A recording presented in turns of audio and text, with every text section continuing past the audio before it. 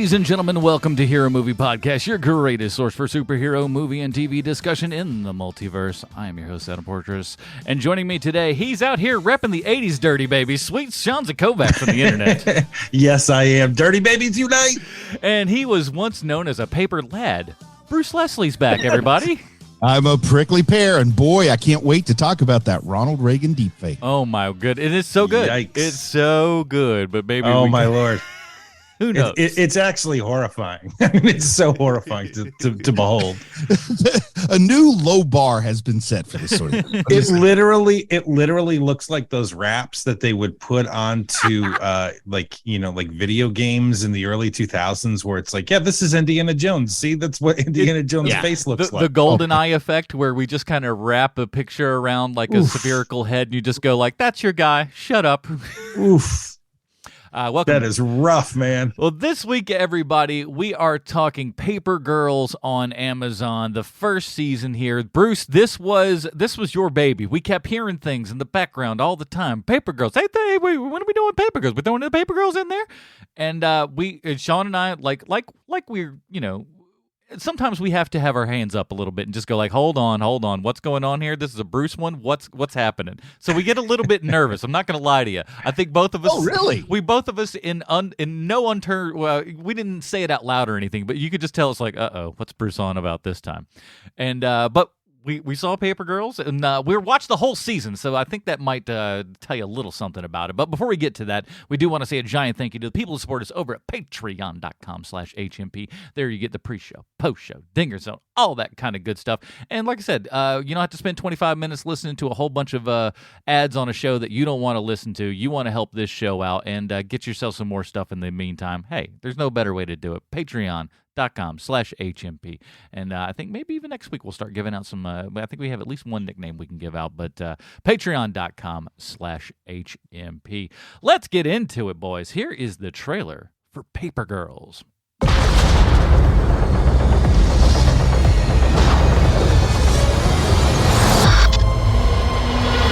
This is some kind of time travel. We're in 2019.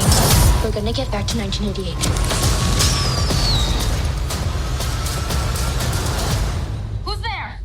What are you doing in my house? What are you doing in my house? That's her.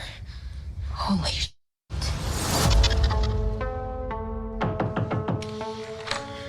Okay, this isn't real. This is real.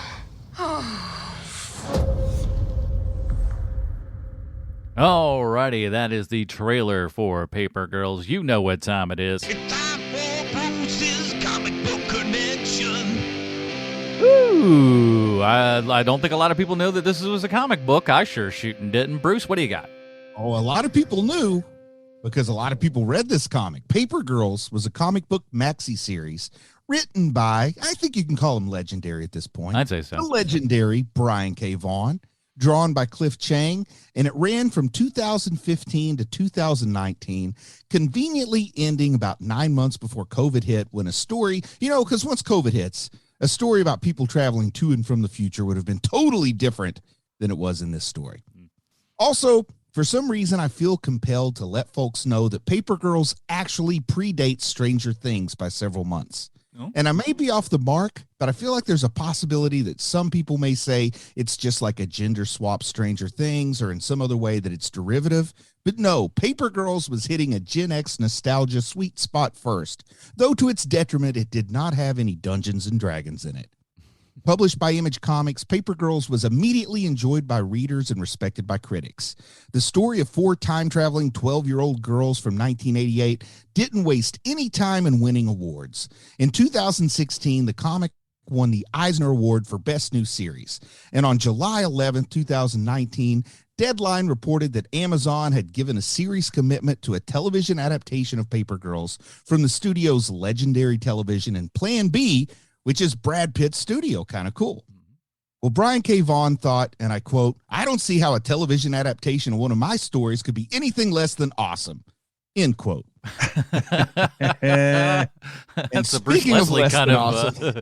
That was a Bruce Leslie kind of thing right there. It's just like, you know what? It's the best. And speaking of less than awesome, hey. Adam, Do you have a list? I most certainly do. If that comic book connection wasn't enough for you, let me sell everybody on this sucker because it has everything. We got time travel, pink and purple, which I'm now calling the colors of now. We are still in the golden age of child acting. It is still upon us with a group of fantastic young ladies who all bring something to the party. Finding new friends, shooting your friends, flying healing bugs, the pregnant cobra comedy ladies in here. We got Jason. I've never not played a creepy guy, Manzukis, who I'm pretty sure just has something in his writer that says he won't go to hair and makeup, and whatever he wears to the set that day is his wardrobe. Yes. We got Lady Keith David, Kaiju, CGI, Ronald Reagan, Vlasic Pickles, the Nokia ringtone, Anthony Fantano flannel, 2001: A Space Odyssey, Whitney Houston, pterodactyls galore, a huge lie about the talent of Lars Ulrichsen, Bend Over and Buck Naked make an appearance, a touch the glass moment, Space Pods, Cancer, dropping out of college, a Burt Reynolds cameo, and a show that will have you fighting tears, if not openly weeping, in every episode. This show has everything. Darn straight. Bruce, I got to say, I was like, when I started this, I was a little bit, I was just like, I don't know. I mean, whatever. Let's see what's going on. What's Bruce got here? And sure, shoot, in that first episode, and I kind of knew the premise of it going in there because the show itself, when you pitch it to somebody, you have to pitch the whole first episode. And you have to, because if you don't, they're going to be like, well, why am I watching this? So you haven't even gotten to the good part yet. But once I got through that first episode, it was enough to make you. This is what do you call it? Just that suspenseful television storytelling that I absolutely love. That once you hit the end of that episode, you go, "Oh crap, I got to get to the next one." And this show is absolutely that for me. I think the way I tried to pitch it, because people in my family are awful. They won't watch good stuff when I tell them it's good for some reason. They don't trust me. I don't know why. Well, listen, I know for a fact you've probably had a couple of what we'll call wild balls thrown, if you will. Just because I thought Greasy Strangler would be great for a 7-year-old's birthday party. But There's old people in it. What do you got? But the way I pitch it is, I say it's mostly feels like Stranger Things, but it's got the story development closer to Umbrella Academy. And that usually works for folks that are familiar with those two properties. Yeah. I think that it is definitely being helped by Stranger Things. But to me, there's more of a feel of Stand By Me to this show. Yeah. Than anything else, because there is that, there is the pall of death over this show that there isn't on Stranger Things. On Stranger Things, there's like horror, but it's like funsy, whereas there's something that is dramatically different about Paper Girls. I mean, they're both sci-fi stories that are kind of from the golden age for old folks like me and Sean. Right. That mid 80s. Stranger Things a little bit, a couple years older in terms of the kids, which is also hilarious. The couple years older, it takes place a couple years previous, and the guys who created Stranger Things are a couple years younger than even me, I think.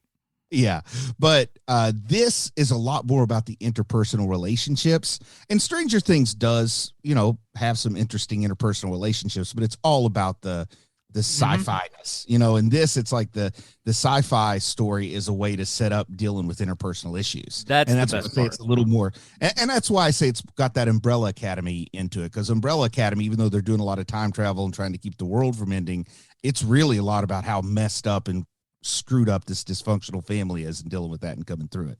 Yep. Agreed.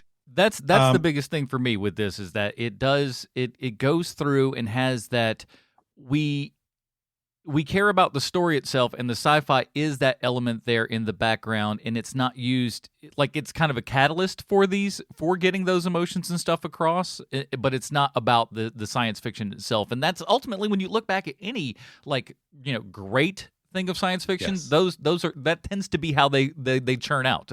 That they're not looking at it from the ooh, space. It's just like, no, we got a real story to tell here.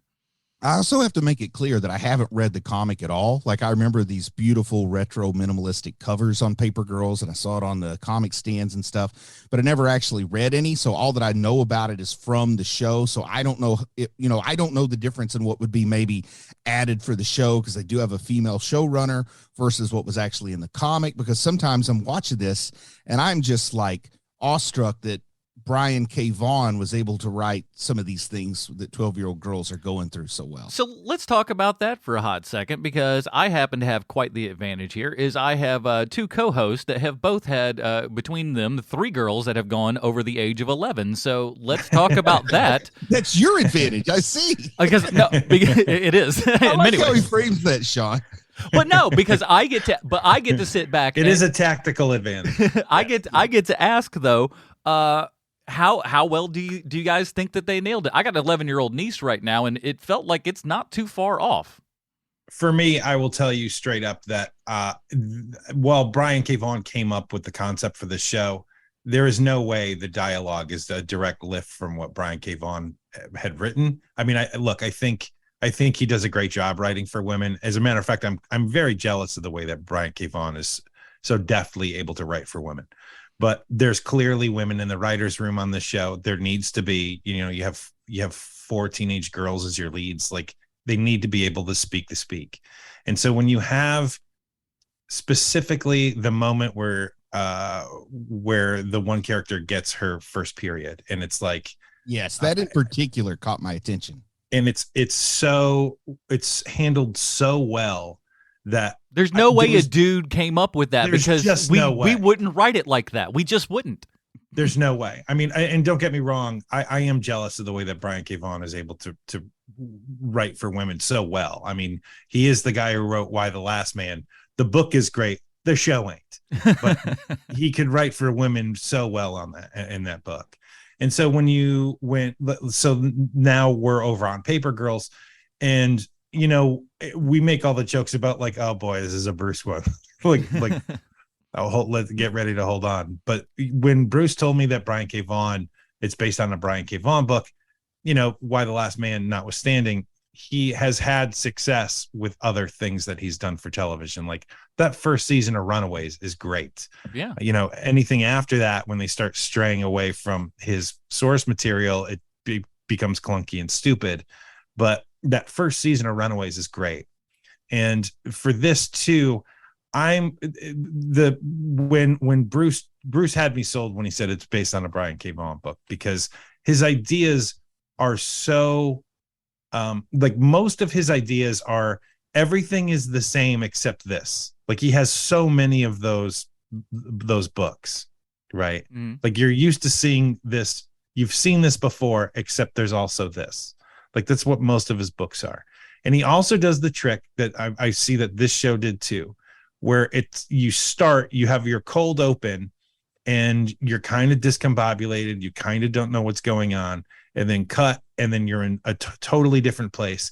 And by the end of the first issue, in Brian K. Vaughan's case, at the end of the first issue, it ties back together, and it's a satisfying read, that first issue. And that is something that the first episode of this show did very well, where we're going to tie all this together. We promise we're going to discombobulate you in the beginning and kind of get your blood going, and then we're gonna nail it at the end of the episode. And they nailed it so well that I was like, well, looks like I'm gonna watch the next one. Yeah. And they just kept doing that. They very successfully figured out the Brian K. Vaughanness of it all, being a massive Brian K. Vaughan fan. But to get back to your point for a second, Adam, if I can, because I have strayed so far. When it comes to, both of my girls are not girly girls. They're pretty nerdy.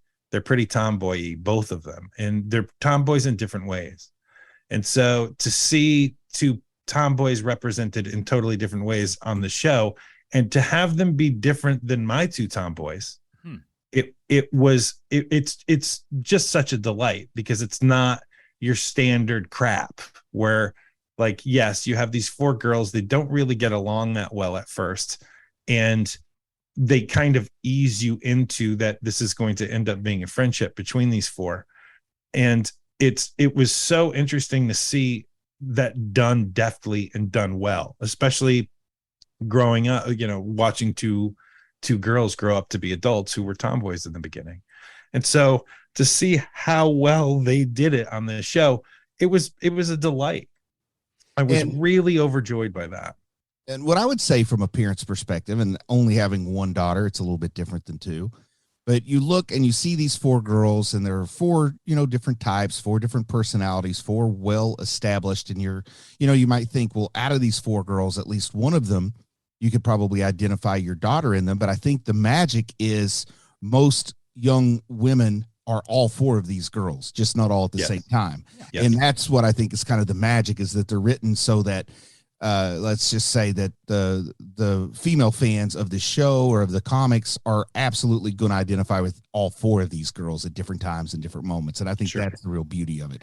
And, that's what my perspective was watching it, is I could see my daughter at different times and different situations being each one of those young ladies. And I think that's where the writing is lets you know that they know what they're doing over there. Because that's when you can go, oh, I see myself in all of these characters. That's quite a feat. And not only that, man, but they do something that is really incredibly hard to do, where this is the character that you're going to like in this episode. You're not going to like this one so much. And then they flip it. Okay, now this is the character you're going to like this episode. And there's that sliding scale. But by the time you get halfway through the show, you're like, oh, I like all of these girls. Like, these girls are all great. But in the beginning, you don't like the girl who murdered somebody, and you don't and you don't like the the one who looks like Tig Notaro with the leather jacket and the cigarette, and like, actually I immediately, like, I was always a fan of Joe on Facts of Life, so she was the one I liked at first. But when you like, by the time you get to the middle of this show, you're like, oh, I like all of these girls, and I want to see them do well. There are things in the show that immediately took me out of the show. We talked about the first one at the top of the show, which is the horrifying Ronald Reagan in this show. But the other one is when we first see the little Asian girl's bedroom. She's on her TV in her bedroom is Polybius. How do you pronounce that? Yes. And that is a legendary video game that may not have ever existed. It has never existed. That is a false. Yeah. That is fake. But that's absolutely in there for the fun of it. Of course, but it did take me out immediately when I saw it on the TV screen, and I was like, man. Not having read the comic, when I saw that, I thought, okay, that is what this show's going to be about. Mm-hmm. Like, somehow that is going to be the mechanism of whatever. Like, I didn't even know for sure that time travel was in this. And I thought that was going to be the mystery box that they climbed through as Polybius, but it was just kind of like in the background. Yeah, I really thought that was going to be the centerpiece of the story. Wow. I'm so glad that it wasn't. And Adam, you are the biggest sucker. So like, like, I am the big sucker for a heist movie. And Bruce, what are you a sucker for? Nostalgia. But Adam, you are the sucker for a time travel story. Oh yeah. So how did that go for you? Because I know that you're probably already halfway in once you learn that it's a time travel show. Yeah, I had no clue this was a time travel thing. All you saw the poster with the girls on it and the purple colors and stuff. You're like, all right, something's going on here. I couldn't tell you what. Maybe some aliens or something like that. And then as time travel, I'm like, okay, time travel. I'm always down for a time travel thing. Mm-hmm. And they do it so well. I was like, and again, here's the thing. They're not, as far as like time traveling and meeting yourself or people that in passing in one way or the other in the future or in the past or what have you. All of that stuff has been done. But here they do it in such a interesting new way, and you're adding elements in with these feuding time cops, if you will, that are going back and forth, and like that's a whole new thing that like it just feels like somebody that's not smart wouldn't write that. It kind of makes sense to me, like I've said, if time travel ever exists, then it will have always existed, and it would absolutely make sense that people at some point would want to go back and change the past, and people in the past would want it to stay the way it was. I mean, it's kind of crazy to me that hasn't happened. I guess the closest to an approach like this is probably Looper. Yeah. And just like Looper, I love it that this doesn't go into butterfly effect crap. It just lets us have a good, fun story. Kind of the way that, and I think in a post in-game world, people are a lot more cool without like worrying too much about the butterfly effect stuff of time travel. Well, Right. it's good, but the thing is too, the part that's important is that and you can look at this, and depending upon what kind of a time travel movie you look at, is you've got the one movie that says whatever I'm doing is going to affect everything, so it's always going to be kind of an influx thing. So if I did something, like, you would then disappear because you would never have gotten here in the first place, kind of thing. Or the inverse of that, which is we're going to stay in this one thing, and it's like until this time itself has passed, nothing else has actually happened. So even if somebody in the past has come to the future, even if you did something that would make them not come to the future, they're still there until they're gone, I guess. Because I'm contractually obligated to speak about this show. Better Call Saul, the last episode aired last Monday. Amazing finish to an amazing show. Anyway, Was it a time travel plot? there is a moment where the lead character says to another character, he says, so if you had a time machine, where would you go? And the character goes, that's complete crap. That's not the way time works. Because he's like a know-it-all. He's like, you're not talking about a time machine. You're speaking about regret. I love it. And the second that they say that on the show, it immediately made me think about every single time travel story and how many of them have to deal with regret. And the only one that isn't about regret is Adam's favorite. Back to the Future is the only movie that doesn't do time travel because it's, regret. Yeah, I need to go back and fix something. It's like, no, not really. It's an accident in a lot. It's an accident. And literally the whole thing is, what if you met your parents when you were the same age? Would you be friends? Yeah. And, that's literally what the plot of that movie is. So like to have that happen, and then to be able to watch the show, which is all regret. Like everything about this show is it just came into laser focus, where I was like, oh wow, it really is. Almost every time travel movie is about regret, and this one is too. And it's really this is a strange twist on it, though, because it's about regretting your future.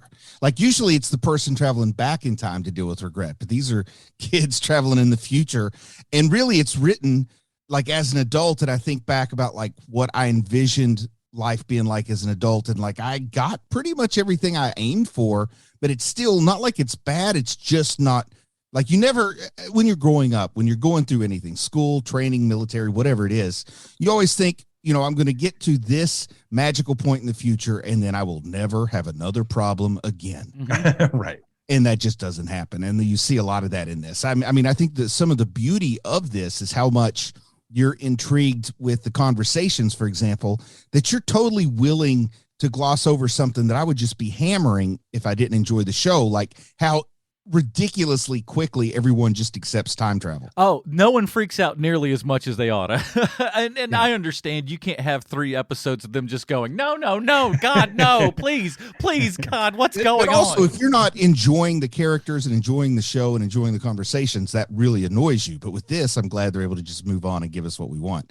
Well, again, this show is, the inspiration for this show is Brian K. Vaughan, not the dude who wrote Ultimate Spider-Man, where it took Peter Parker an entire 4-issue arc to become Spider-Man. We're throwing that shade of Bendis without naming names, I guess. Yes. But the best part is like to get to the Spider-Man suit, you're looking at like 14 issues. Oh my Lord, man. It's a lot. What are we doing, Brian? What are we doing? The most time that you saw Spider-Man in costume was on the cover, which was never in the book. Oh boy, I love those books though. I would advise that neither of you ever read Neil Gaiman's Miracle Man arc then, because I don't think Miracle Man actually appears in the first 12 to 14 issues. Sir, I not only do I have it, I own it. Nice. I know it. If they ever get that third arc out, it'll be a dream. This guy. Guys, sorry, this is 50 years late. Sorry. Anyway, back to the story at hand, though. I just wanted to say, like I said, if you're not enjoying it, there would be some things you could absolutely pick apart. Sure. But we're enjoying it, and I think that's really saying something because we're probably not the demographic who's most ready to enjoy this, I guess. You know what I mean? Well, you're right about that, but this show does another thing that is like the secret sauce of the show, which is that yes, this thing is made for it's literally made for adults. It's not made for kids.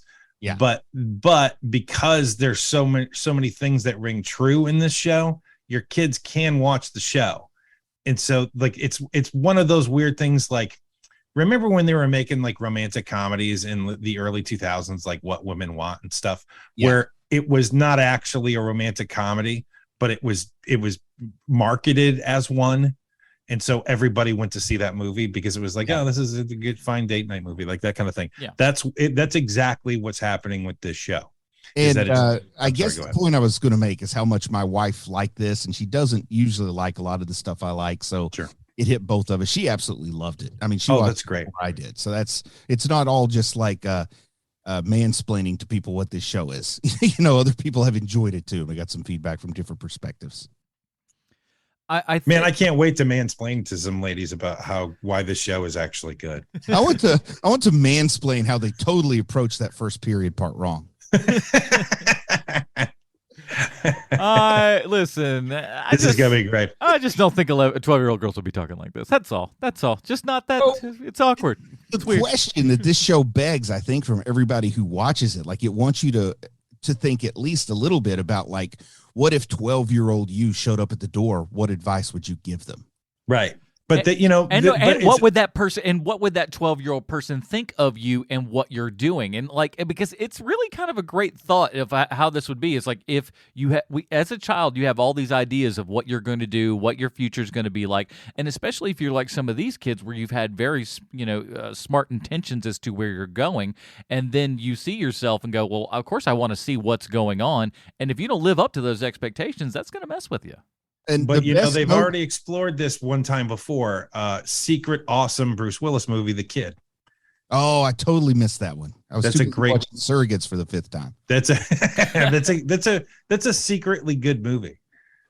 So that does sound cool, man. But the best line on like the rubber hits the road and the straight talk of like regret versus stubbornness has to be when young Tiffany tells old Tiffany, you don't get kicked out of MIT for being adopted. You know, yeah. On her.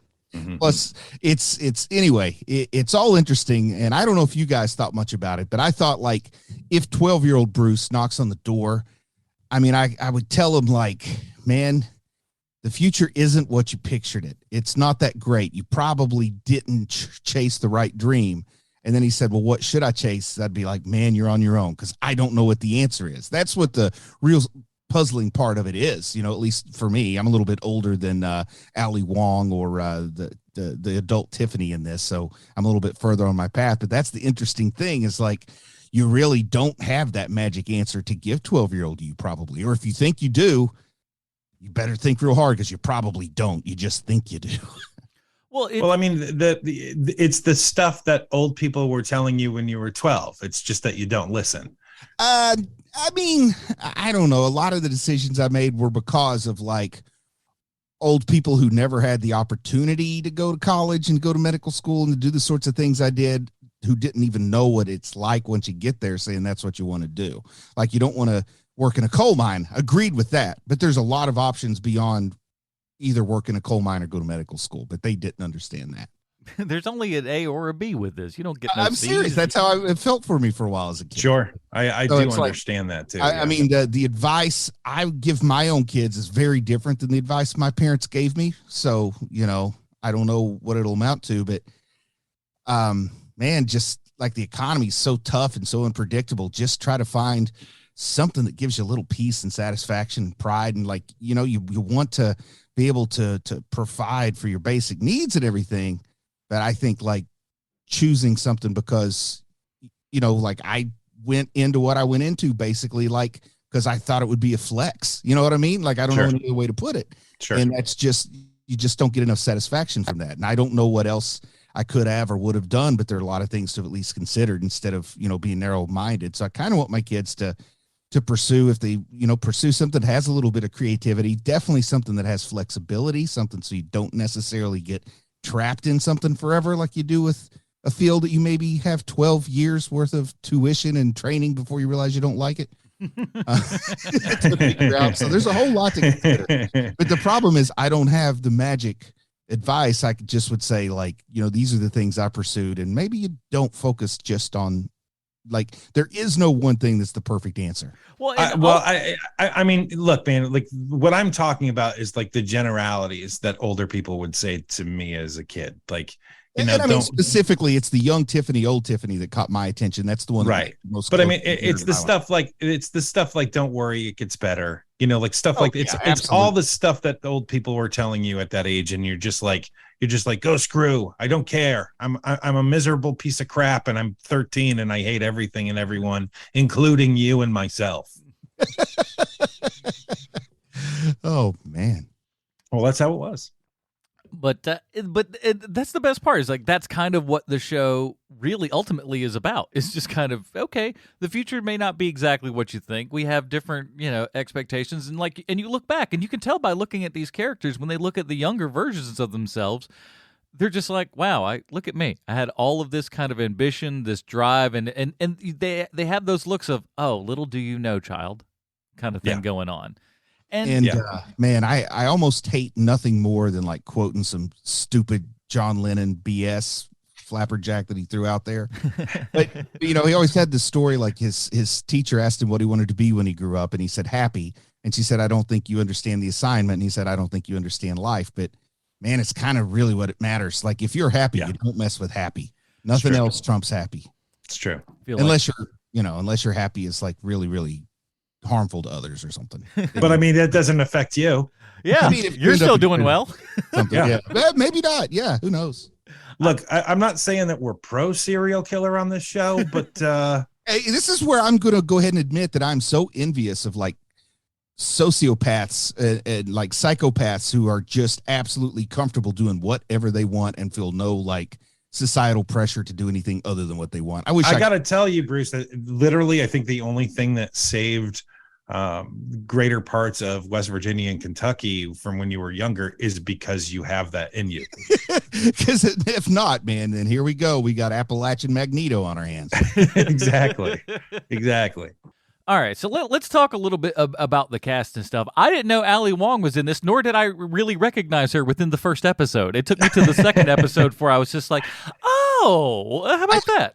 I didn't know she was in it, but I recognized her pretty quick. But I don't want to say like I confidently recognized her. I thought that might be her, so I looked it up right quick and saw that it was indeed her. But yeah, I was suspicious it was her pretty quickly. But yeah, me too. I had the same thing where I was like, I better look that up before I start just saying that that's Ali Wong. I'll tell you what I'm pretty impressed with too with this casting is these four girls are pretty much unknowns. I think one girl had worked a little bit on like some Disney Channel stuff or whatever. Yeah, one's a Disney kid. But they're consistently good. I think they're all pretty well on par across the four of them because, it can be real distracting when you've got a well, I'll just stick with the Stranger Things. It's real distracting when you got a Finn Wolfhard and a Millie Bobby Brown doing a pretty good job. And then you've got Will Byers, who's like, man, yeah, I understood why you were the one who was absent the whole first season. Looks great on that photograph you're pining over, but not in the show. You're right. And, like you said at the beginning of the show, Adam, there is sort of this renaissance happening of kid actors who are actually good actors. And I don't mean in the version of like, the insanity that the kid from The Sixth Sense was going through, where like I had to teach myself how not to blink, like things like that, where you're like, that's too much. Like, be a kid. But yeah, at least with these, it feels like, maybe they're not torturing themselves as much. Right. It feels like they're not torturing themselves. It feels like they're regular teenagers, Except like that the girl who plays Mac is now using nicotine patches to try to get off all the cigarettes she had to smoke. By the way, speaking of the Brian K. Vaughnness of it all, of having her last name be Coyle, like Mac Coyle, is just the dirtiest trailer park last name ever. Yes. What a great job with that last name, man. Like, oh man, it's the Coyles. It does have a real Always Sunny kind of feel to it, you know. It totally does. Just filthy. Talk about your dirty babies. But here's the thing, like, no, she does. She's definitely from the Dirty Baby family. There's no doubt Here's about it. The most unbelievable thing in a show about kids who time travel is that somebody would go to a surgeon named Dr. Coyle. Like, he should have had it to change that dirty last name. You changed your name? Well, people don't want to go to a proctologist named Coyle. It's weird. So Dr. Butthair. Bruce, how is your daughter closer to Dr. Coyle's oldest daughter or to Mac? Nobody in my house is allowed to be anywhere near Wilder. That's Dr. Coyle's oldest daughter. She's definitely closer to Mac. But like I said, she's honestly got aspects of all four of these characters. She's probably the least Mac of any of the three. Oh, really? Like the field hockey player, my daughter was a power lifter, set some state records there, but she's also like Asian, so there's a little bit of Aaron, and she's in the band and really into that. Got her sort of nerdy, geeky friends. Gets great grades, and we have high hopes for her academically. So we got that Tiffany part. And then the Mac, she has had some rebellious moments, but that's the one that she's least like. But you still see that edge in her personality. And sometimes it's that little Mac edge that I think gives her the advantage over some other folks when she's really in a tough situation. And I think there's a good number of girls who have at least some Mac energy stored in them, so to speak. That's what I've always kind of found. Just like a little bit of that girl that I underneath. find interesting does. I guess that's right. Yeah, just somebody that's like, because that person's got some backbone and some chutzpah and stuff, and is gonna is not gonna be stepped on by anybody. And like, I don't know, I like that in people. Somebody just goes, you know what? No, screw you. I'm gonna do whatever I want to do. And that's what that character. There's nothing but that from the character. I spent a lot of years spinning some wheels with female versions of that character Russ that was in this, but not too many guys. Why am I not remembering who Russ is? It was the boyfriend that worked at the vintage vinyl store. Oh, yeah. The guy who's just half in the bag and doesn't realize anything's kind of going on. Just go, was you babysitting? What's going on here? Hey, man. I kind of like that guy as Where'd Aaron go? Who? That little Chinese girl that was here. Oh, she left, man. That was the best part. She just looks at, she goes, Chinese girl's like, oh yeah, that's right. She's gone. Like, wow. Can we also talk about? I know this is a super female centric show, but I noticed something on this show about Nate Cordry. How familiar are you guys with that guy's work? Like, the name is super like familiar, but I don't know where I know it from. He's one of those guys where you've seen him in a billion things, but I can't pick him off on the top of my head because I'm just going like, what do I know him from? And then when you look, you're like, oh, everything. Yeah, he truly is. He's in so many movies and TV shows. He originally came on my radar with that show, Studio 60 on Sunset Strip, because he was on that show. And so, he is one of those actors in that stable where, anytime who's the writer that I'm not thinking of right now who had the massive coke problem forever? Stephen King?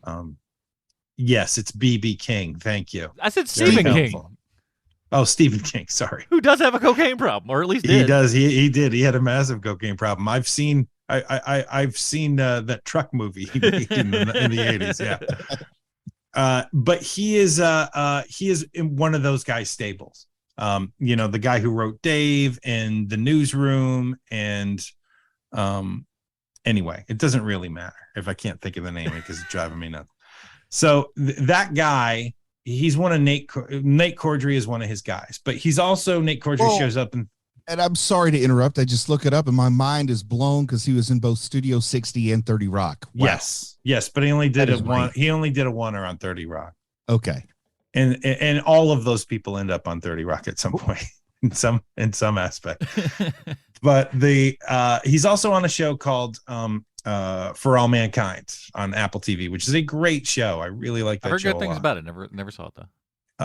It's good, except for one character that is awful on the show, but we won't get into that today. But Is Nate Aaron Cordry, Sorkin, the writer you were trying Aaron Sorkin. I'm sitting thank there you. like I had the same like brain fart, and I'm like, I'm normally very good at this. What's going on? And I couldn't. I'm just like, please, Bruce, somebody find it because I was Aaron like, Sorkin. So what I'm noticing about Nate Cordry is that Nate Cordry stays in basically the same lane for everything, where he's a little bit angry. He's mostly everyman, and then there's some weird plus one with him. So like, in this one, he's part of a militia that's trying to stop the timeline, blah, blah, blah. And there's always a plus one with him in everything he does. But he really is kind of the new modern everyman on all of these shows. So like if you just need somebody who's like John Q everyman, he is your guy. And they seem to plug him in everywhere in these roles now, to the point where he's probably going to be one of those actors where when he's nearing the end of his career, you're like, oh, he's in 375 things, So I gotta confess, like until this conversation, when I was like looking up the Aaron Sorkin and some stuff like that, I don't think I realized that Nate Cordry and Rob Corddry were different people, but they're brothers apparently. Oh, really? Yeah, because I was like, man, he does have range. I was thinking about like Hot Tub Time Machine, and then he's in this. Wow, very different people. But they Yes, okay, they are brothers. But well, and here's the thing. Now that like, and that's one of the, you don't want to say that because it sounds like you're a jerk, Joe, just going like, oh, you got the same name, you also look alike. But they do look They alike. do. And I so, mean, all white people look alike to me. I can't help it. well, listen, it's true, but these two white dudes look a lot alike. Most on account of their brothers. But like they said, the same hairline, and like the eyes are pretty close to jaw. It's like it's all like, wow, okay, very good. There's some quality about Rob is a little more punchable, but other than that, yeah. Oh yeah, but I think he works on that though. That's how he gets paid, man. It's like that's my bread and butter over here. I don't get no paycheck if I don't got something punchable about me. Yeah, it's like you're the rabbit at the dog track. If the greyhounds aren't wanting to chase you, then you're not doing your job. But his character's great, and I love that we're kind of staying in this little realm of going back and forth with these characters, and we're not straying too far off of the path and stuff. So when we come back to him later and he's yet to have any of these, eureka moments when it comes, he's had some talks with the some of the time cop people and everything, but he hasn't really seen everything yet. So like his ledger doesn't even have like 2 pages worth of stuff in it, whereas the one that the girls that have with him, have, it's filled to the brim with all this stuff. So I like that idea of like, oh, we've seen him earlier, we've seen him younger, and of course they're going to have those harsh feelings towards him because of former him and everything. But we also get into the whole idea then of kind of predestination. Are we in charge of our own lives and things like that? And can you change things on the timeline? Is it within your life? And that's ultimately what time travel stories get back to. And the fact that you said, that this was all about regret and everything, is can you right those wrongs? That's what every time story, like you said, is essentially about. And Yeah, it works here. And it does work here, man. It works here a lot. Maybe that's part of like why we're not seeing any of that butterfly effect is as it unfolds, we realize, oh, this has all happened and it was supposed to happen. And this is the original timeline, which is kind of cool. Yeah. Man, Mantzoukas, ever since I watched The League, I've kind of been a big fan of Mantzoukas. Like out of the all the guys, all the core guys on The League were great, but for some reason I like Mantzoukas the best. And he's like quietly showing up in everything. Like his character was great in Invincible, voice acting role. I had no idea he was in this. And when he just shows up, just like Adam says, he shows up and he's like Dirty Randy. I mean, the moment he walks in, no hair, no makeup. He's wearing like by accident just happens to be wearing a t-shirt from the 1980s. Like, I don't think it was planned that way. It's just what he showed up with. And I mean, he put a lot more gray into that hair. He looks like I currently look in my 2 months unemployed summer, dresses talks the same. But I also like he's that guy that is so in control that when he walks in and everything's going haywire, he's just like, get them out of here. Come on, let's just fix this. Like he really has been through it all and seen it all. The fact that he's called grandfather. But I really like Mantzoukas, and I was so surprised that he was kind of kept under wraps on this, or maybe he's not the kind of guy you have to keep under wraps. Like, people aren't saying, what's Jason Mantzoukas up to? But to me, he definitely would be enough to get me to check something out. Well, he is in the little picture when you click on the show. Oh, I didn't do that. Yeah. Bruce is like, man, he don't look at none of that. It's just like colors, click.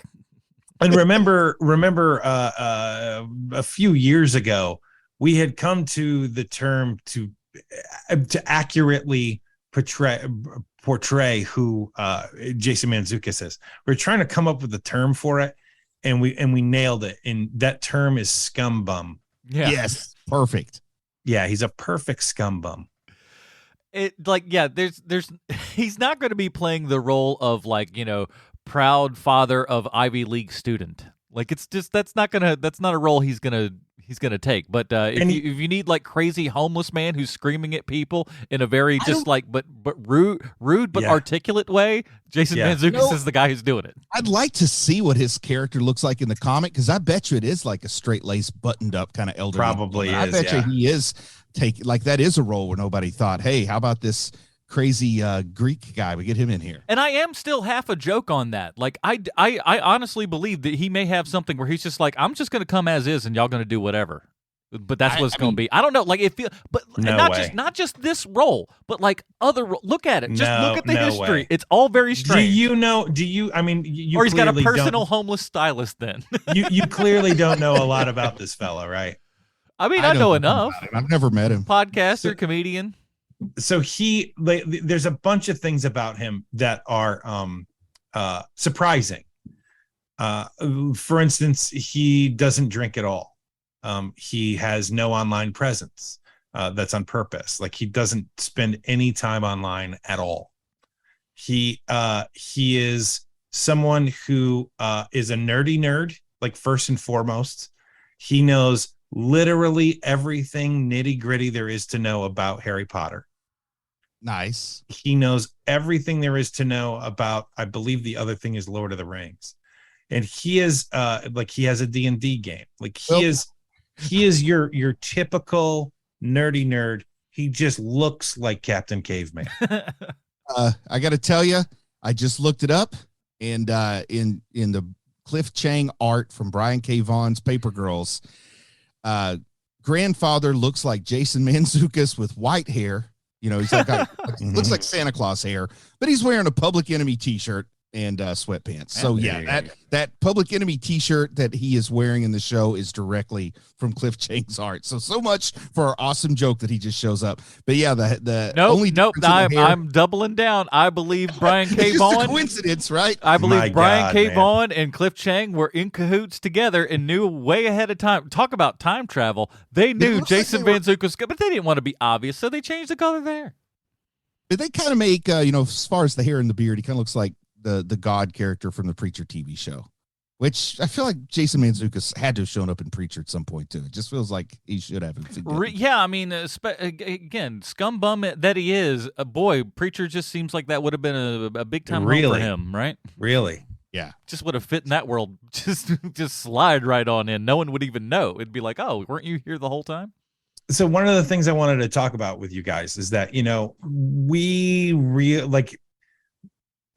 Stranger Things was a phenomenon. Mm-hmm. I mean, to the point where that first season, everybody and their mom was talking about Stranger Things and how great it is.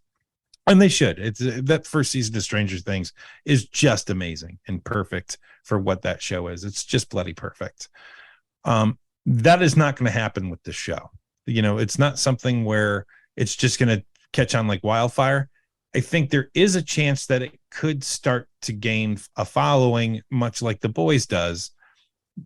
Unfortunately, there isn't that thing about the show where like you can just hang your hat on it, like Better Call Saul is never going to be as popular as Breaking Bad, because Breaking Bad is about an everyman who becomes a drug lord, like that. There isn't that thing there with this show where Stranger Things looks like a choose your own adventure book that first season. Yeah. This doesn't have any of those things. And Stranger Things dwells in the nostalgia a little bit more because Right. it doesn't go to different time periods. You know, Right. it gives you a different kind of nostalgia. You know, I had all that 2019 nostalgia. I was like, man, remember how bad I thought things were in 2019, 2020, how good they suddenly seemed.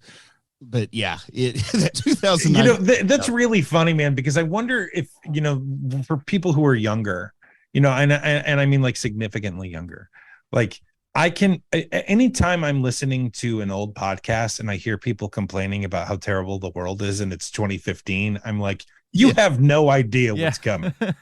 Oh man, yeah. But that's I had something. I will say, I was going to say that it does seem like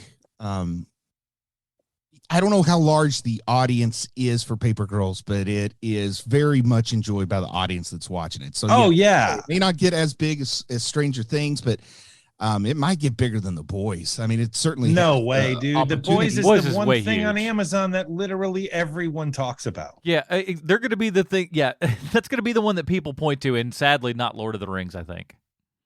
I just think that.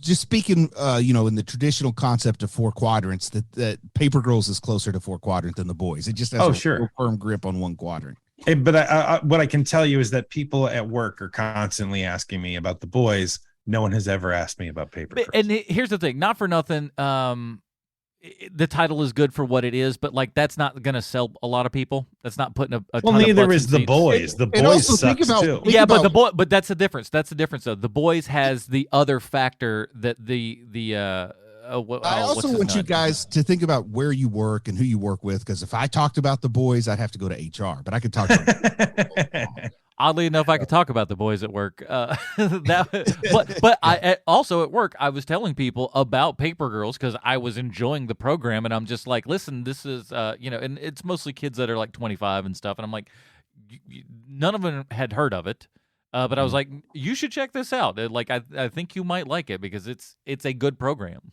It might be one of those shows where, like, if somebody asks me what they should watch, that I go, hey, here's a show. Here's the best show that no one's watching. Like, that's probably it really is. That's to me, that's what it is right now, and that's what I kind of feel like when I watched it over this last week, because I was just like, oh, you want to tell people like, hey, no one's talking about this show. Go check this show out. It's it's nice because it looks like it's got enough of a budget, but it's not super, super high. It's just enough. There's a couple of bad CGI, but there's some good stuff too. Like it's just enough of everything. It's not quite that Stranger Things level of VFX and stuff, but right. They still got enough of what works in there. And again, the fact that it's not a show that's about that. It's a show that's about, these relationships, and the backdrop is science fiction. And I don't know what it means about how Amazon felt about Paper Girls, but they released the whole thing at once, Netflix style, and not the standard Amazon where they release 2 or 3 and then the rest come out weekly. Yeah, it's true. It's telling. But at the same time, too, though, it's also a very bingeable show. Yeah. Because to me, The Boys, you get about more than 2 episodes of The Boys and you need a shower, Yeah. Yeah. But with this, you could watch 3 and just have a really easy time because they flow really good. You get to the end, and it's got that, 24 did it the best of anybody, where you got to the end and you're like, oh my God, I got to watch the next episode. But this does a great job of you get to the end and you're like, shoot, that is enough to get me in for the next one. When did the current season of The Boys wrap up? Like a month ago. Yeah, because as of July 18th to the 24th, it's still in the top 10 on streaming, not just Prime, but Prime, Netflix, Hulu, everything. Whereas, unfortunately, Paper Girls is not in the top 10. So, yeah, I guess I'm totally eating crow on that one. I mean, like I said, I think it's one that has the chance to grow over time, and I think once come on, they're having a season 2 for this. It certainly feels like. I hope so. It probably doesn't cost that much money to make comparatively, since their children are doing the Ronald Reagan CGI. But but at the same time with the Ronald Reagan CGI, I just want to real fast. At least in my brain, I was like, it is a dream. It's a dream, so it's gonna look weird. And I honestly, I wanted her to wake up from the dream, and I swear, I was just like, she should look at the other person and go, and his face looked all weird. Yes. I wish she would have said that. It would have been awesome. Yeah. How many years ago was Forrest Gump? And like, man, this is so much worse than when Forrest Gump I was in 7th grade when Forrest Gump came out. And I didn't think Forrest Gump was all that great at its historical presidential recreation, but it was better than this Ronald Reagan thing here. Oh, it was that was pretty good. 95? Is that 94, 95? Yeah. That's about right. Oh, but it was, man, I mean, again, that's Zemeckis, though. So Zemeckis Actually, they wanted is to be like, period appropriate. They actually had a 1984 technology is what they were limited to on that. Oh, one of the small complaints that I had was just like, unless she taped that song off the radio, I forget what the song was. It was early in the season, but she mentioned the song that she had, like, and I was like, wait a second. I looked up when the album came out, and like that would have been a new album that year, and I'm like, that Dirty Baby wouldn't have that new album. Maybe she recorded it off the radio or something. Was it the Danzig song? Yeah, the Danzig song. Which mentioned Yeah, Danzig, and I was like, about that myself. I was thinking, I didn't live in a big city like Stony Stream, Ohio, but I feel like I didn't start listening to Mother till about 89, 90. Yeah, I was Man, just like, you guys are reverting into your alter ego. Will actually getting a little. Oh man, I hate to sidetrack, but I was thinking, I don't think we'll ever do another show like Preacher, like how we did the Preacher podcast. Yeah. But if we did, instead of Word of Garth, I would want to call the spoiler version Well Actually. Yeah. Well, That's a whole lot of what I did on in that. the comic book, it does like this. You're wrong. Well, we need to, we learned about the comic books and how those go back and forth to what we actually watch, but we also do something else in this podcast where we ask ourselves one very important question is how this property that we're watching relates back one-to-one with Sylvester Stallone. Thank you, Adam. I have a prepared statement. Oh. Reverse arrivederci, Mr. Stallone. I'm running out of ways to say that differently. Yeah, I guess so.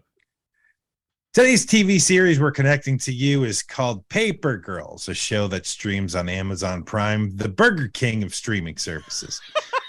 One of the producers of this show calls herself Vale Roman, which is clearly a made-up Hollywood name, kind of like Marilyn Monroe or Bruce Leslie.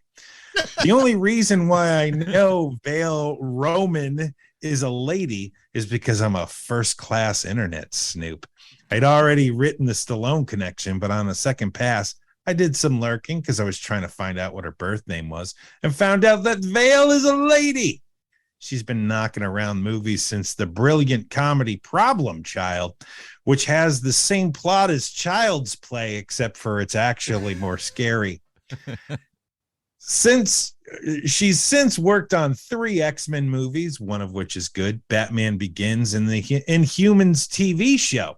So she can work within any superhero universe, but it's up to you to make it a good universe.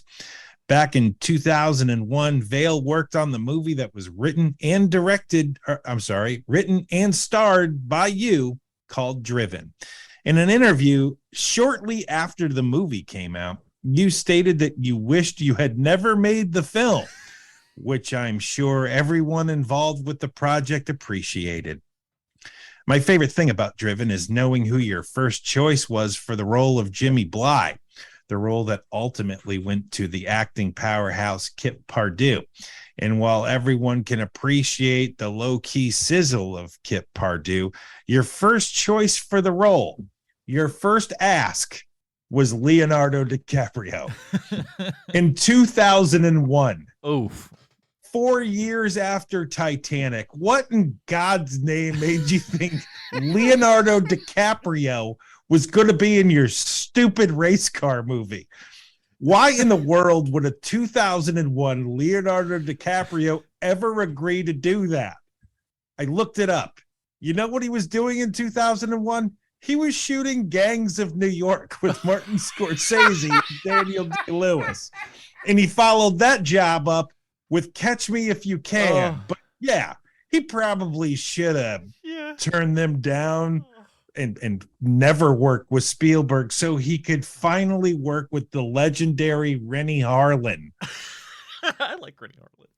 The movie Rennie Harlin made before Driven was Deep Blue Sea. He made $7 million for that movie. His next movie is Driven, and he got $3 million for directing that. And Driven is the very last time Rennie Harlan made millions of dollars for directing a movie. In case you're wondering, Mr. Stallone, the last American movie he directed was in 2016. It starred Jackie Chan and Johnny Knoxville called Skip Trace. Don't worry if you've never heard of it, because neither has anyone else. And for the very few people who have heard of it, they certainly haven't seen it. This week's Stallone Connection is producer Vale Roman. Who are you hiding from, Vale? Because John Kovacs isn't my real name either, because I'm hiding from a company that would crush me under their oppressive heel the second they figured out who I really was. Seriously, I'm not even joking about Foot that. Clan. Your pal, Sweet Chauncey from the internet. And I use the pseudonym because I'm hiding from Sean. I don't want him to know who I really am. I'm stupid. I'll just say that. Oh, and of course, Stallone even gets a name drop in this one, little Rocky Balboa. I just that's got to be an amazing feeling to just be like, a character that I wrote, nearly 50 years ago is still just like the go-to reference for, tough guy boxer, somebody who's and he's fighting still, and stuff. Like, he's still involved in that character. I don't know if you saw, but like a couple of weeks ago, he went off on the producers of that movie. It's getting nuts out there in the Stallone world. He's angry. I just wonder what it would feel like being Weird Al and checking this show out. And episode 2 is called Weird Al is Dead. Hey, what gives, man? We may talk about Stallone here in just a second here, but here at Movie Podcast, we have our own patented Robin rating system. Bruce, where does season 1 of Paper Girls fall on the Robin rating system for you? I like this show. I really do. And I want everybody to watch at least the first couple episodes and judge it for yourself. If you haven't seen it, I want to encourage people to go see this. I think it's a solid Tim Drake. I'm hoping there's a season 2, but it's in that weird streaming world where something can get 90% approval and everybody says it's good, but if the numbers aren't there and it costs just a dime too much, it's not going to get another season. So I'm a little nervous, but on the upside, at least it's not a Warner Brothers project. Exactly. Yeesh. Sean? Adam, this is a Tim Drake for me too. Adam, this is 2 good things in a row. Yeah. That we've seen. That's kind of rare for us, especially this time of year. Yeah, this time of year, it's catch as catch can. I'll give Prey a Tim Drake too, since I wasn't here last week. Yeah, Prey's really good. Like I was shocked by how much I liked that movie. But so is this. This surprised me as well. With just it's a really good show, And again, I will recommend it to people who are like, hey, what should I be watching right now?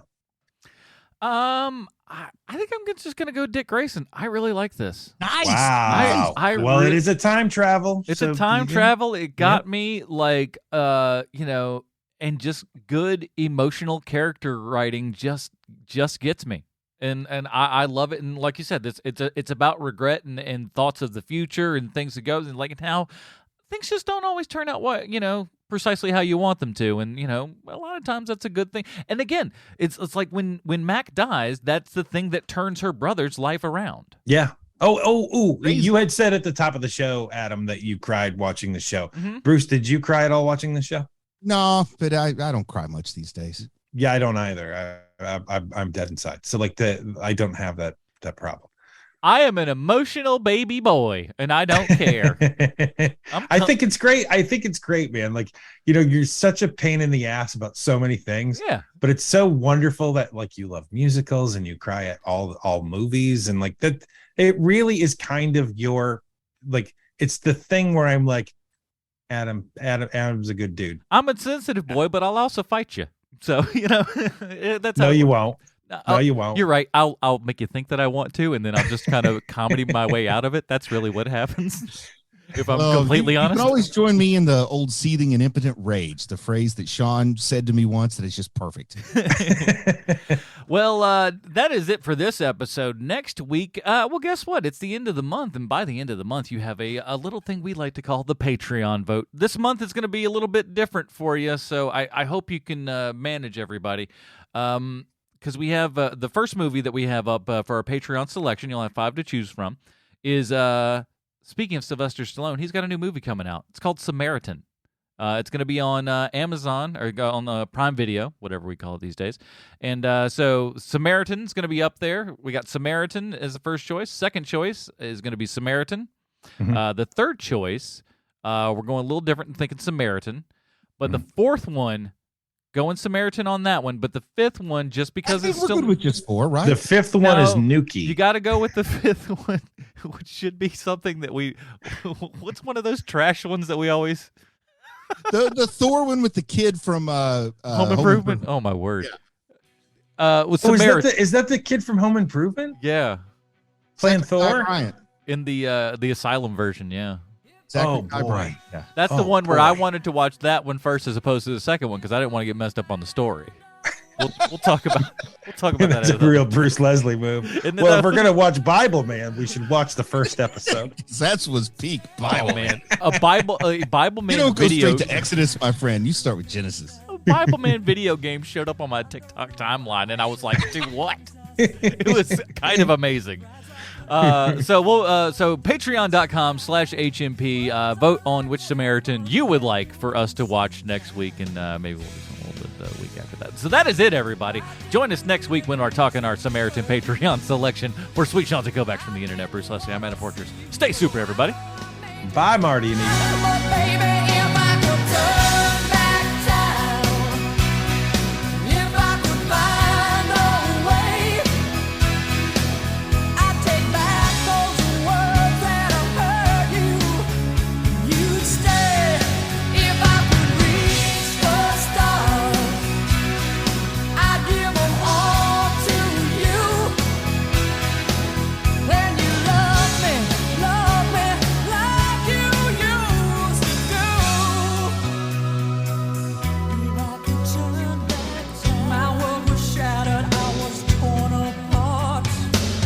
Someone took a knife and drove it deep in my heart. You walked out that door, I swore that I didn't care. But I lost everything, darling, there and there. Too strong to tell you I was sorry. Too proud to tell you I was wrong. I know that I was blind. And darling, if I could turn back time, if I could find a way, I'd take back those words that have hurt you, and you'd stay. If I could reach the stars, I'd give them all to you. Then you love me like you used to do. If I could turn back time, if I could turn back